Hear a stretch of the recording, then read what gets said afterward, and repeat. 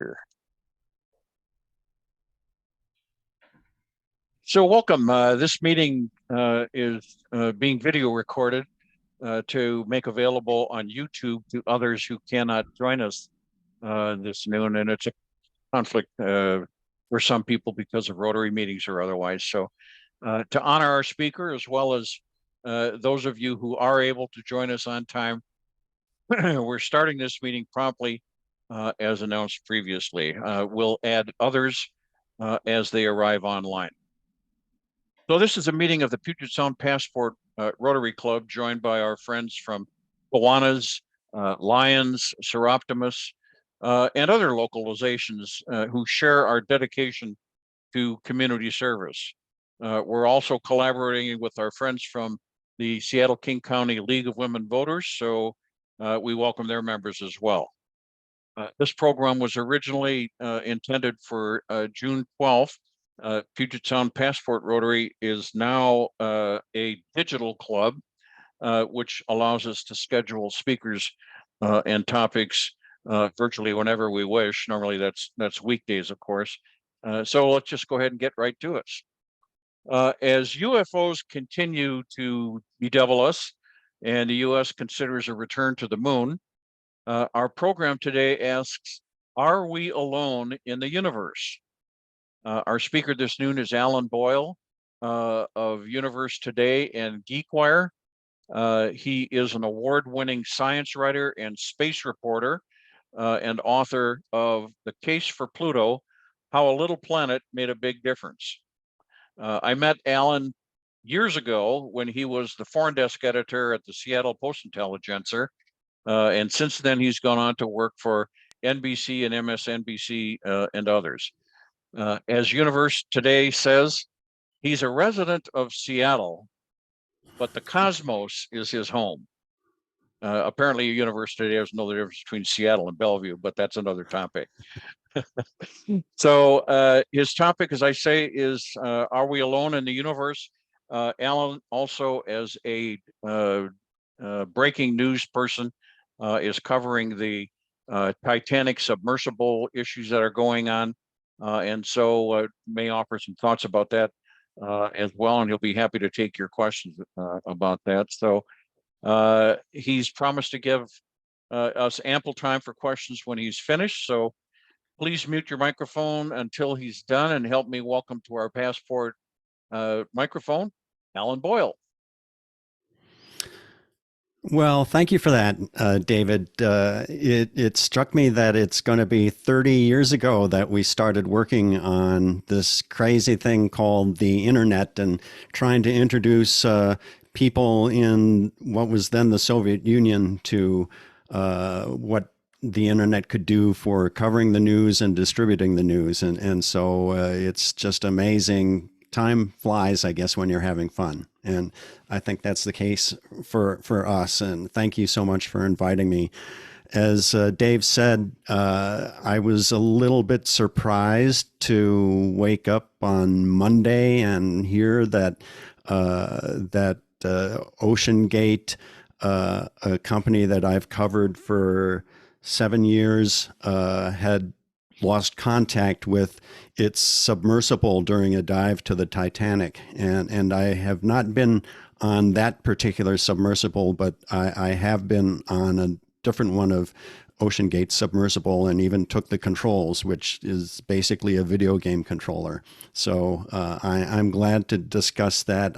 I've had, so to speak, a deep dive into the issues surrounding the disappearance of the Titan submersible. And so I'm not going to go into that unless you want to bring that up during the Q&A period. So feel free to ask me about that. A lot is unknown, including where the heck this submersible is. They say they have been hearing sounds that are of interest. They don't know exactly what they are, but you always have to have hope in a situation like this. And I've covered other situations like this, ranging from the Mount St. Helens eruption to the loss of the Space Shuttle Columbia and the Spaceship Two flight in 2014. And so I hope that this ends more happily for the people involved. And really, this is the first time that I've been involved in a story where I feel like I've personally come to know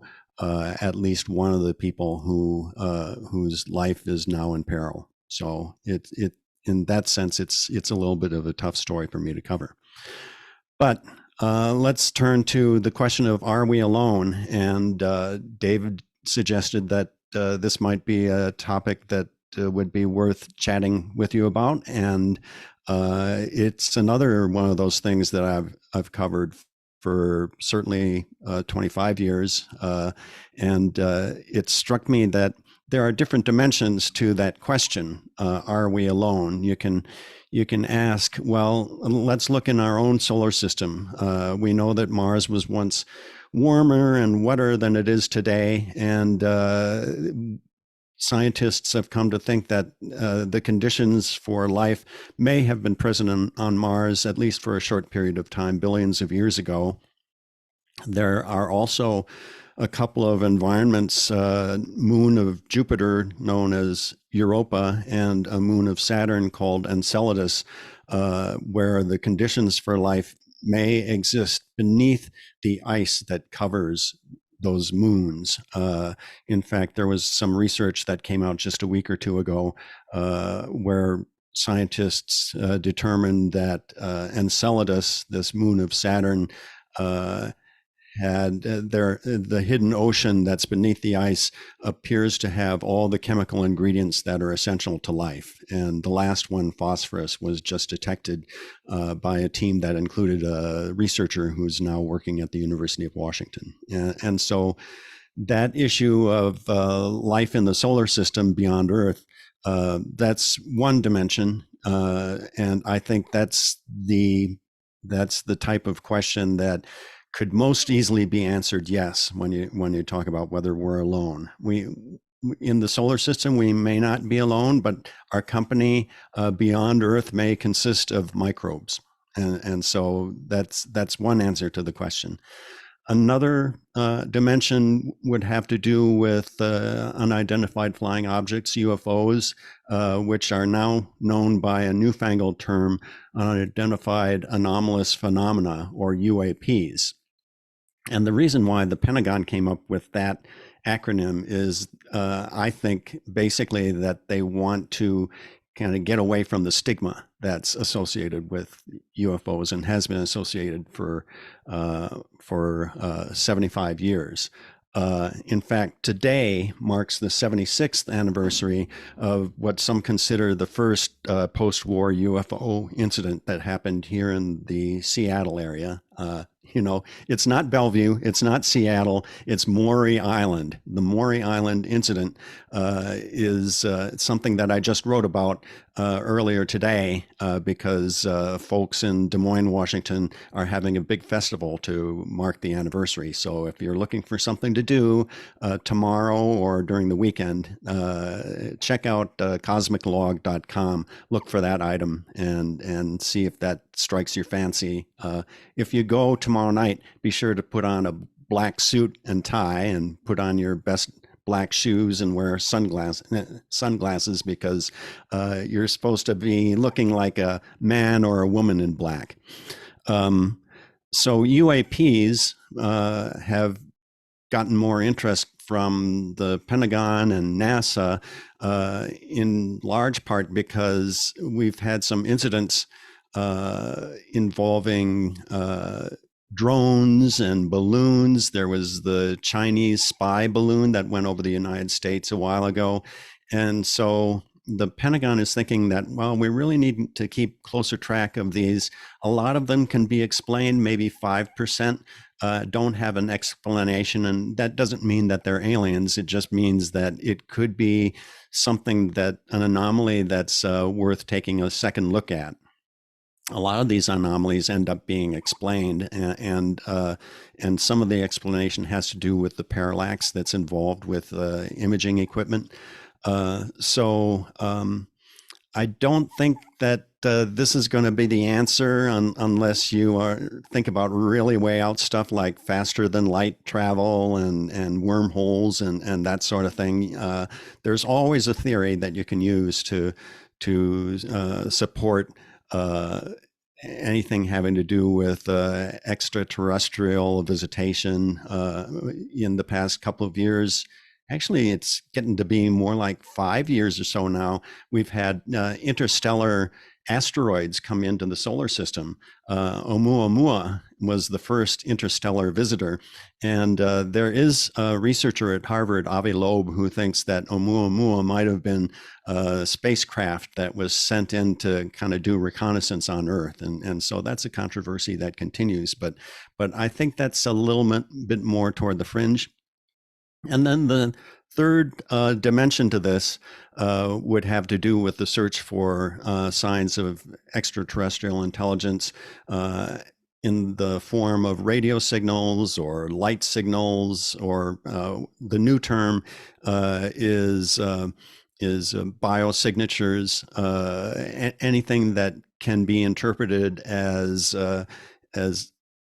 providing evidence that leans more in favor of something artificial that's going on. And so a biosignature may be a particular type or pattern of radio signal, which has not yet been found. There have been a lot of signals that are candidates, but they're eventually ruled out because they found out that some satellite was passing over, or there was some source of radio interference that actually turned out to be the cause.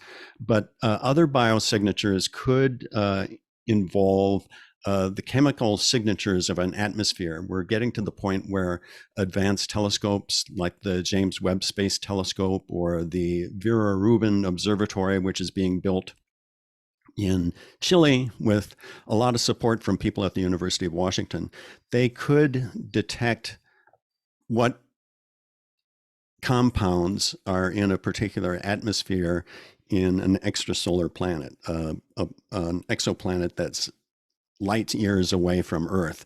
And if you find the particular mix that might suggest that there is biological activity, some people talk about methane, other people talk about oxygen or a combination of elements, then that could provide evidence for the people who think that, gee, it's like the movie Contact. If we're the only life that's out there, it seems like a terrible waste of space.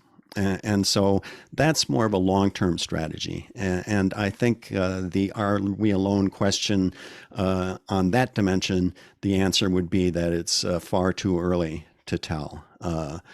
And if you go to Cosmic Log, which I've been writing now for 20 years, I think that you're diligent enough, if you put enough time into it, you'll be able to find lots of interesting stories on all three of those dimensions.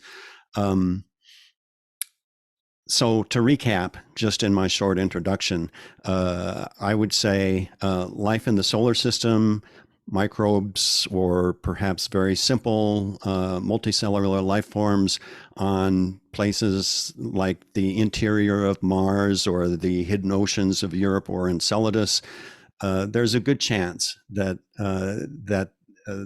we will be able to find some sort of life. And there is a theory called panspermia, and the people who have proposed this theory say that it's possible for the elements of life or microbial life to hop from planet to planet in meteorites, basically, in debris that's blasted from one planet and goes to another one. And so people have talked about that as a possible mechanism for forms of life to get their start on Earth. And it could have happened the other way, that there might have been a blast on Earth that sent microbial life on a piece of debris to Mars, where it found a foothold, perhaps in the deep underground, where there's a chance that water could still exist in liquid form. and so it could be that we go to Mars and we get our drill out and we go down to the deep interior and we bring up some of this water that is deep enough that it's not frozen, and we analyze that and we find out that, oh yeah, there are life forms on Mars, but it turns out that they're your garden variety Earth life that must have somehow made its way to Mars over the course of eons. So that's kind of a long discourse on how strange the search for life could get. And it's not totally a yes or no thing. UFOs, UAPs, I think that it's more likely those will be found to be kind of exotic terrestrial technologies. I wouldn't put it past China or Russia or even our own advanced national security technology capabilities to produce something that kind of gets people excited when they see it in a video or on a sensor screen. But I don't think that we're going to come across true extraterrestrial life on that frontier. And then SETI, the search for extraterrestrial intelligence, that's a very long-term proposition. And a lot of books have been written about this. And, you know, someday we might come across that. The distances involved are so great that it's not as if you're going to be able to pick up the phone and talk to ET. But there's a new book that Andy Weir, who wrote The Martian, came out with, and Project Hail Mary. And I thought that was, for a work of fiction, it really incorporates a lot of the ideas that are coming out of astrobiology. And so if I had a book recommendation on that score, I would recommend Project Hail Mary. So with that, I think I'll turn it over to David again and see if there are any questions that you have. And Alan, again, I'm yeah, sorry, is there anything that you wanted to say about this Titanic submersible?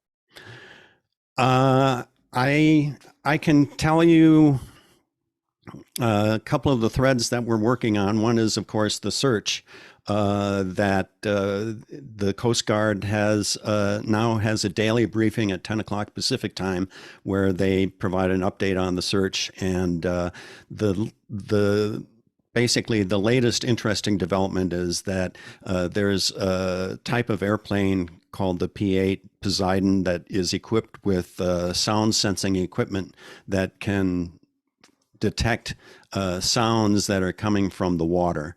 And over the past day or so, some sounds have been detected on a repeated basis. They sound like banging. And so you can imagine that perhaps someone in the crew is banging on the hull. And, that is kind of the Hollywood movie version of what might be happening. But they explained during the briefing today that there are a lot of things that can cause that. Some of the aquatic sea life, non-human life, can make sounds that are similar. And also there are a lot of vessels in that area now. And so it could be that it just so happens that there are some bangs that are coming from some of these ships that are scattered around. And so it really takes a trained ear to interpret what people are hearing. But they have sent remotely operated vehicles to the areas where they think the sounds are coming from, and nothing has been turned up yet. They haven't found any sign of the submersible. What happens is that you can't. It's hard to stay in radio contact, for example, with a crew that's doing a deep dive like this, and so you do use sound. It's like sonar pings that you can send up to the surface, and that's what OceanGate has been using to just make sure that the crew down there is still working, and every once in a while you hear a ping, and that tells you that everything's going okay. And so what happened on Sunday is that an hour and 45 minutes into this dive to the Titanic that was planned, they no longer heard those pings. And by Sunday night, they alerted the authorities, and the search started on Monday. And they have several ships out there, kind of looking at the surface and trying to. They have a couple of ROVs, remotely operated vehicles, that they're sending down. There's another very advanced ROV that is supposed to arrive with the French team tonight, and so they'll continue looking with that. As I say, I've covered OceanGate for a long time. I started working. I went from NBC to GeekWire in 2015, and started working full time there 2016. And almost as soon as I began working at GeekWire, I crossed paths with OceanGate and its CEO, Stockton Rush, who had this idea that, well, gee, if Virgin Galactic and SpaceX and Blue Origin can send people to the frontier of space, how about the underwater frontier, which is just as interesting? It's a little more accessible, but not that much more accessible. And so they organized tours to different areas, but the one that's brought the most attention is the Titanic trips. And this particular submersible, called Titan, has been built specifically to take trips to the Titanic, which is 12,500 feet beneath the surface. And so you need to have it built specially to endure the pressures down there. And so they used a carbon composite. It's similar to what Virgin Galactic used for their spaceship, and they have titanium domes with a little foot wide viewport where the tourists can look out. And we're not supposed to call them tourists, that they're mission specialists. And so each 5-person crew includes a pilot and a researcher or a subject expert, and maybe 3 mission specialists. And they kind of assist topside. They take turns going down there. There might be something like 9 mission specialists who have each paid on the order of $250,000 to participate. And that's part of the business model for OceanGate, that if they were to try to rely on research grants alone, they couldn't do it. And so the idea was that we bring these mission specialists, they have an adventure, and the financial benefit accrues to OceanGate, which allows them to do this and build the submersible and do the operations. And supposedly everyone benefits. In this case, it's potentially tragic. That you think about the scenarios that could lead to this, and the most benign scenario is that somehow the communications were cut, but even then you should be able to rise to the surface. So maybe something else happened, and they're snagged on something. Maybe somehow they got caught in a rock formation or something, and they need help getting out. But I'm afraid the easiest and most brutal explanation is that somehow the high pressure stress at depth caused a catastrophic failure of the hull, and basically blew the submersible apart. I really hope that did not happen, but you have to take that into account. Supposedly, the hull is equipped with sensors that are supposed to give an early warning to the pilot that the stresses are getting more than we would like to see for that hull, and that would give them time to make their ascent and get back to safety. And so there must have been, if we look at that worst case scenario, there must have been something wrong that happened with that sensor system. With these sorts of disasters, there's always kind of an arc that you go through. One is, well, in the early stages, we have no idea what happened, and people are just trying to find the folks who are affected by the disaster and get them to safety if they can. And that's basically the stage where we're at now. And that was also the case for, say, the shuttle Columbia disaster is that there was a short time when there was just no contact, and the Columbia didn't land, and nobody knew what happened. But with the shuttle, things are have to be timed so precisely that if the shuttle does not show up within a minute of when it's supposed to, you know that something has gone catastrophically wrong. That's not the case here, and so we have a little more extended period of uncertainty.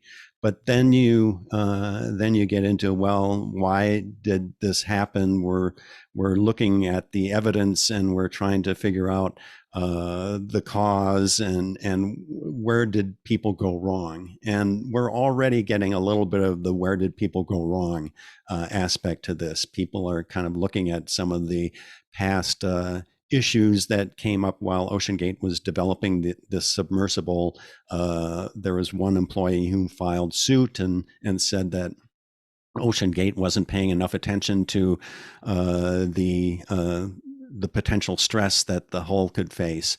And it turned out that after that suit was filed and then settled, OceanGate took the hull and got it tested by this laboratory in Maryland, and they did indeed determine that the hull could not be rated for trips to the Titanic, that it just was not strong enough. And so they had to go back to a couple of actually Seattle aerospace companies, the Electro Impact and Janicki, and had a new hull built from carbon composite, and had that tested and put that in there. And so that's one thing. Another thing is people are,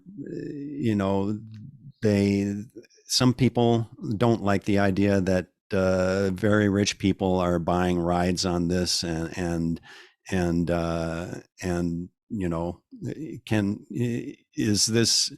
is this really worth all the trouble that the U.S. Coast Guard and the Canadian Armed Forces and all these international search teams are doing? And shouldn't we leave the Titanic alone and all that? The OceanGate has said that they're not going to touch the Titanic. They're just bringing folks down to take pictures. They have a kind of a 3D imaging system that is being used to compare what's happening to the Titanic from year to year. And in recent years, people have found that the Titanic is deteriorating pretty quickly. And so that's one of the things that researchers want to look for is A, what's happening to the Titanic, and B, what's happening to the ecosystem that's around the wreck. And there are some interesting features and some interesting life forms that have been found in that area. It's probably not, that sort of science is probably not worth doing for the science alone. And so that's why you have to bring in people who are willing to pay $250,000 to participate in order to fund that. So those are all the issues that are coming up. It's kind of a long-winded way of saying we don't know all that much quite yet. And we're really hoping that this works out for the best. As I say, I've known Stockton Rush, the CEO who is on that submersible. I've known him for 7 years, that he's the guy who handed me the controller to pilot a different submersible, Cyclops 1, that OceanGate built right here in Puget Sound, that they did trips. Years ago, they had Macklemore on a submersible trip to look for a specific type of shark and found that shark. So it really is a company with local roots. They're based at the Everett Marina. And so it's been interesting to cover them through the years. I wish I didn't have to cover this kind of story, but I do know a little bit about, how this company works and what they've done for the past few years. Okay, let's take some time for questions. The best way of doing this is just to click your reactions tab in the lower right corner of your screen, and then click raise your hand. And in the spirit of first come, first served, we'll do our best to call on you in order. Also, we want to avoid speeches. Asking a brief question allows more people the opportunity to ask their questions. So I see that the first question is from Corrine Kavanaugh. Hi. Hey there, sorry, let me get off mute. Sure.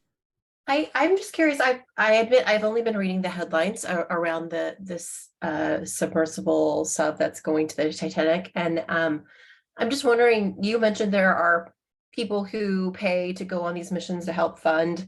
Were Right. there any like volunteers, so people who are paying to do that, or like celebrities like Macklemore or anybody else that's famous on that is stuck down there?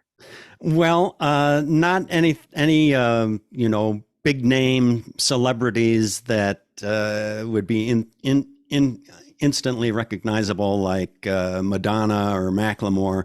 There are some deep pocketed people on this trip. So there's Stockton Rush, who's the CEO of the company. There's a guy named Paul-Henri Nargeolet, who is he's a veteran Titanic diver. He's kind of the he's the subject expert, the researcher who is on this dive. He's very familiar with oceanography and with the Titanic environment. He's made something like 35 dives to the Titanic over the past 30 years. And so that leaves 3 mission specialists who paid. And one is a guy named Hamish Harding, and he's an aerospace executive from Britain. Some people say he's a billionaire. Some people, wonder, well, what is his net worth? It's not firmly established just how rich this guy is, but we know he's rich. And he bought a flight on the Blue Origin New Shepard spaceship last year, and so I did cover that mission. And so he's typical of the kinds of people who take on this adventure, that they like to go to Everest Base Camp or Antarctica, or in this case take a deep dive. I believe that Hamish took 2 deep dives in the Challenger Deep, which is considered like the deepest part of the Pacific Ocean. So that's one. The other guy, the other 2 are Shahzada Dawood, who is a member of one of Pakistan's richest families. He's an executive for a Pakistani conglomerate, and he also took along his son Suleiman. And so Shahzana probably paid for the 2 of them to go on this trip, and so those are the sorts of people.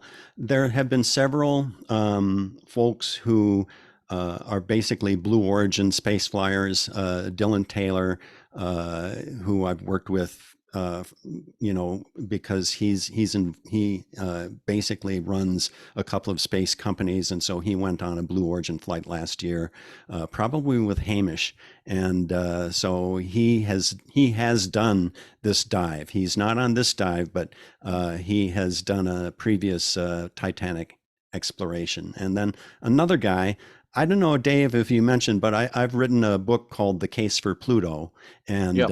it's about Pluto's status, how it's changed over the years, and I make the case that because Pluto is a dwarf planet, it's a type of planet, and if you call it a dwarf planet, you're not going to get in trouble with anybody. So there you go. But the head of the NASA-funded mission to Pluto and other parts of the Kuiper Belt, Alan Stern, also took a trip on the Titanic. And so those are a couple of people I know and have worked with in other contexts. But sometimes these people want to keep things pretty close to the vest. There may be some celebrities in the traditional sense who have done this, but they don't always announce who participates in these trips. It's really up to the person who is buying the trip to decide how much he or she wants to say about their participation. Yes, I did mention your book about Pluto, Alan, Okay. at the very beginning. And Good. I want to remind everybody that your questions about the issue of are we alone in the universe are also welcome as well. So the next person with his hand up comes to us all the way from or over the hill from you, Alan, in Bellevue, Chris Rohr. Okay, all right. Yeah, good afternoon. Alan, I have actually two questions, one on each topic, if I may. Sure. The first question regarding Are We Alone? Are you aware of anybody that's taken or addressed this from a biblical perspective? And if so, what would that be? Yeah. I don't think that they, I think that it has been addressed kind of from a philosophical point of view and a religious point of view. Is there anything in the Bible that suggests that, well, it's got to be only humans and other earth forms on Earth, and I think you can get a whole range of opinions on that, as you can get a range of opinions on any religious question. My personal view is that it's not ruled out that that the universe is pretty big, and just because it's not mentioned in the Bible doesn't mean that it couldn't have been part of God's plan.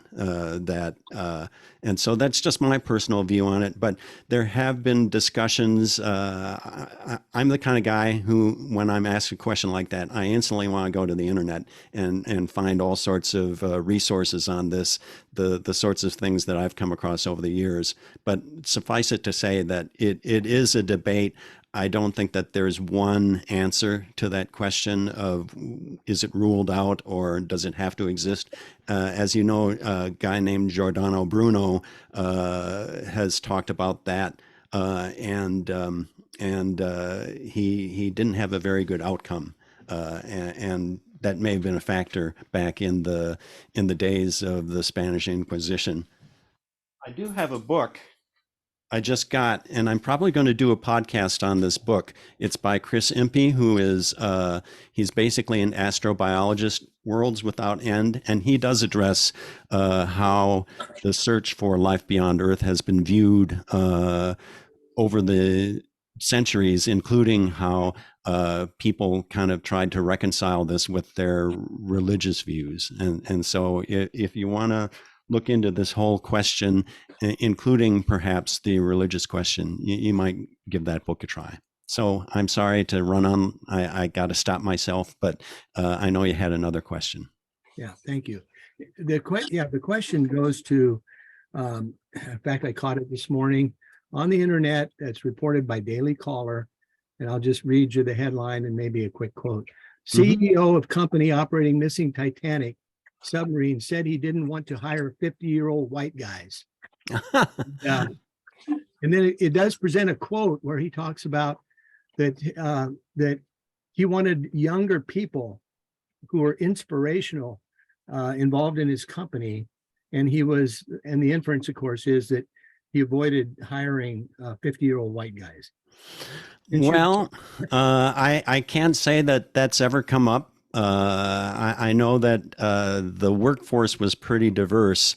I know that in the course of my interviews with folks at OceanGate, I came across a good number of 50 or even 60-year-old white guys, and so I can't speak to what his intentions on employment policy might have been. I know that some people just want to have a wide range of people who are employed. And so, again, I don't have any special insight into that, but I can say that there are all sorts of people who are working at OceanGate.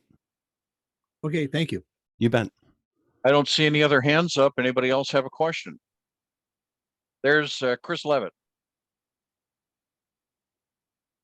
Well, thank you. This has been very interesting today, and it's fun to see you smile as you talk about it. You had mentioned an incident at Maury Island. I wonder if you could tell us a little more about that. Well, that is the sort of thing that probably could take up the next hour or two, because I was just talking with one of the guys who has kind of he's the keeper of the flame when it comes to the Maury Island incident, and he's written a lot about this. In fact, he made a film called The Maury Island Incident. If you go to cosmiclog.com, one of the stories that I posted today is an interview, and you can even listen to a podcast where I chat with Steve Edmiston, is the guy's name, about the Maury Island incident. But briefly, I'll try to do this in 3 sentences or so. This guy from Tacoma was out on his boat with his boy and his dog, and saw these 6 donut-shaped flying saucers in the sky, and one of them exploded and rained down some burning slag onto the boat, killing the dog and burning the arm of his son. And they tried to take shelter. They beached the boat on Maury Island and waited until the flying saucers went away. So that's the guy's version of the story. The guy is named Harold Dahl.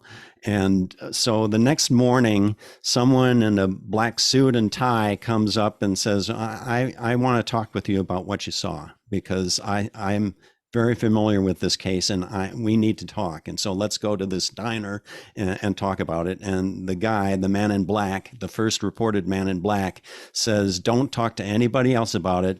We know what happened, but if you talk, bad things are going to happen. So keep quiet.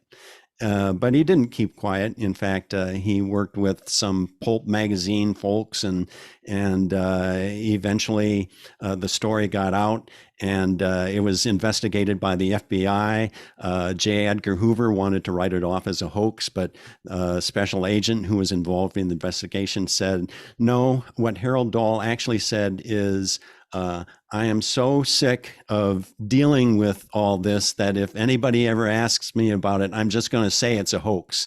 So the way Steve Edmiston sees it, it's a hoax about a hoax. Who knows what this guy actually saw? But that happened on June 21st, 1947. And a couple of days later, another guy named Kenneth Arnold saw what he thought were flying saucers over Mount Rainier. And then a couple of weeks later, we had the Roswell UFO incident. And so there were a lot of things that were happening together. The Maury Island incident maybe got a little bit lost in the shuffle, especially because of all these claims that it was a hoax. Steve Edmiston is trying to kind of raise the profile of this and says that this is the original X-File. And so last year was the 75th anniversary, and they people in the various communities like Des Moines and Burien organized a festival and had a dozen or more people turn up as men in black and women in black in celebration of this incident. And this year's party is even more ambitious. They're going to have a Men in Black gathering tomorrow in Des Moines. And then the next day, they're going to have a film festival. And then the day after that, they're going to have a swing concert. And maybe some people will even be dancing. So I'd love to see the Men in Black dance. So anyway, if you go to cosmiclog.com, you'll eventually get to all the details on that. And just one of those interesting stories. Who knows what actually happened, but we need those stories. I think it's fun to hear those UFO stories, even if you're a hard-headed scientist.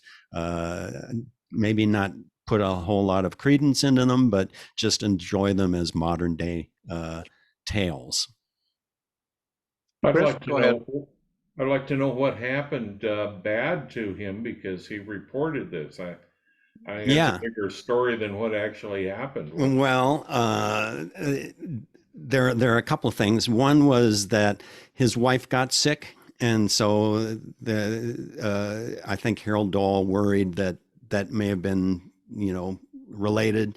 And then also his son disappeared for some period of time, and he was found in a place where he didn't know how he got there. And so there were just a couple of things that happened that could be construed as the Men in Black following up on their warning, or it could just be construed as a weird occurrence. But the son and the wife and Harold Dahl survived. They kind of faded into the background.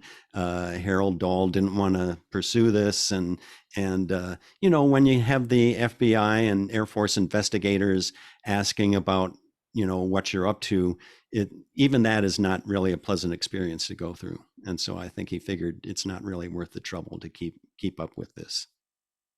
Okay, anybody else have a question? You have to click on your reactions tab in the lower right. I can only see 6 of your screens at the top. So if you have a question, click on the reactions tab.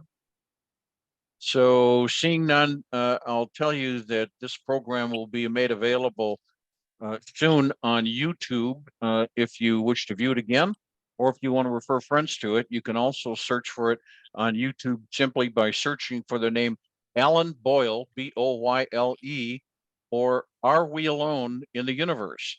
It will automatically be sending the link to area Rotarians, but if others want to get it as well, just let me know. So with that, I'll say once again, thanks to Alan Boyle, and we'll be ending this recording here